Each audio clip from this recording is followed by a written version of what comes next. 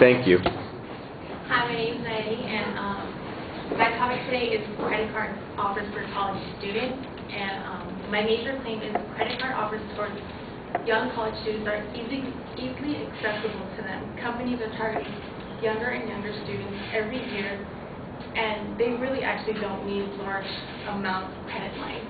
So definition by easily accessible is meaning credit card companies are going to campuses or going online and targeting with the quote, has anyone heard, start your credit today.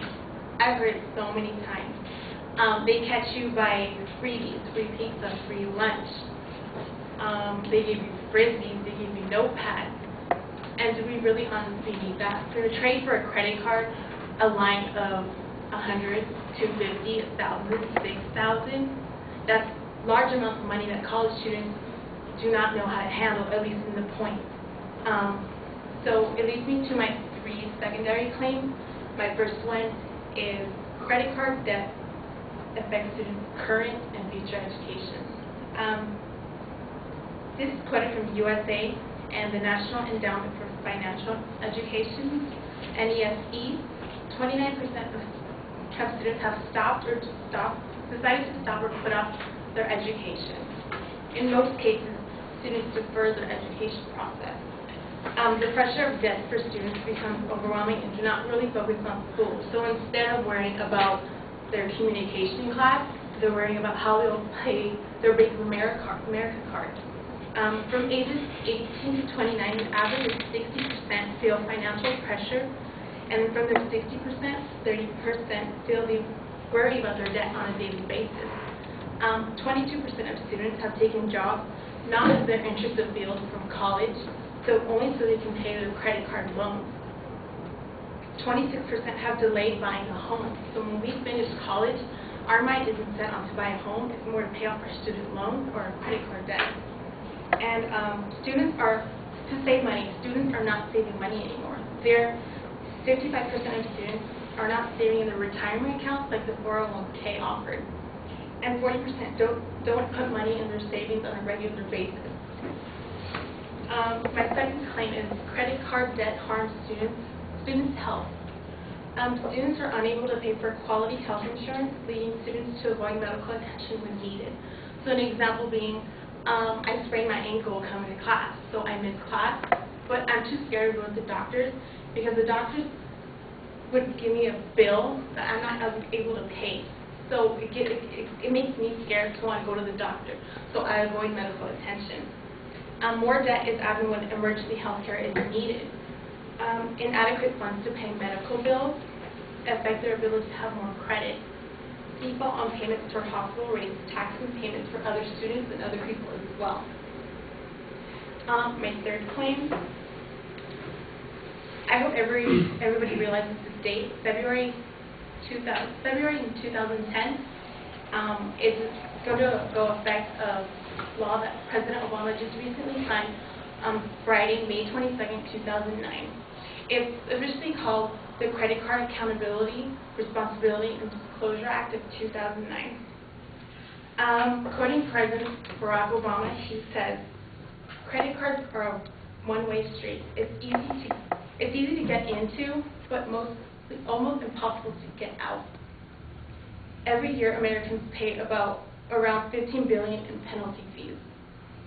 Nearly 80% of American families have credit cards. So from those families, we all have credit cards. Our parents have credit cards. So most likely, we have at least one credit card. Of those 80%, 44% carry a balance on their credit card. The House of Financial Service Committees and the Senate Banking Committee were able to quickly enact this law so President Obama could sign it. Credit card, so they also call it as the Credit Card Act of 2009. Pretty much what the basis of it is it bans unfair rate increases, prevents unfair traps, plain sight, and plain language disclosures, and accountability on behalf of the credit card companies. And most important, it's protection for students and young people. And credit card practices will under new protection for college students and on campus. One of the most important that really intrigued me was students who are under the age of 21 will need a co-signer to have a credit card, meaning their parents or their guardians will have to take joint liability of your debit incurred. So if you mess up, your parents are ultimately responsible for your mistakes. So if you want to become responsible adults, we must learn how to manage our finances, and they should offer courses in school and outside of school where parents should talk about how exactly we should manage our finances.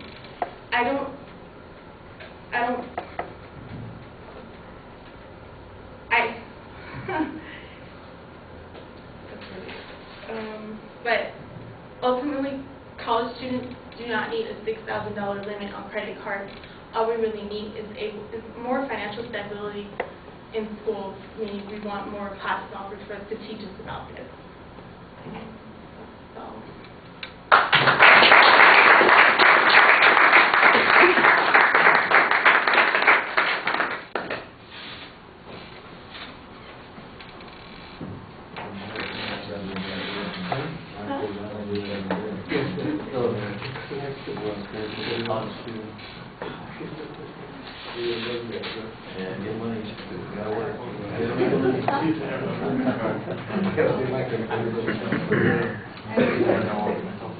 You got money. I'm ready to live that. I'm ready to do that. Are you really? Good. All right. It sounds like the proposition has three parts to it. You need to have a specified claim, and it's not clear here what the claim ultimately is. I mean, I know what the topic area is, but I don't know what the claim of fact is on this. And at the end of the speech, you're not dealing with claims of fact anymore. You're arguing policy claims that we need this, we should be doing this, we should be doing this, we should be doing this other thing. You need to stick to the factual issues, which are the harms that are caused by easy access to credit, or the fact that, or the notion that the policies that are used by the credit card companies to draw students in, that there's something about those that is illegitimate, exploitive,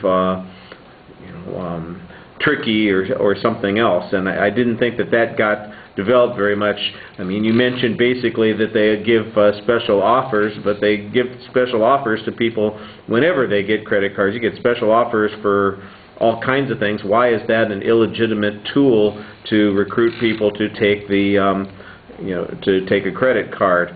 If your argument is that people are inadequately informed or they are underprepared for handling credit cards, I think that there's a good argument to be made there.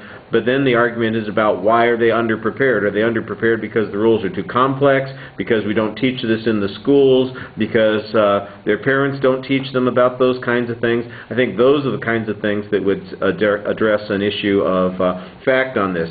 I was trying to figure out how the Credit Card Act that you mentioned is going to be applying to the argument. There is finally one point where it does address that issue, and that is the joint liability condition or codicil in the Act that requires that parents be co-signing for people under 21 who are getting credit cards. That, I think, does address some of the issue about responsibilities that you're talking about. All the stuff about people being worried about their finances, I'm not sure that that's unique to credit cards, especially when you mix it with the information about their student loans and such.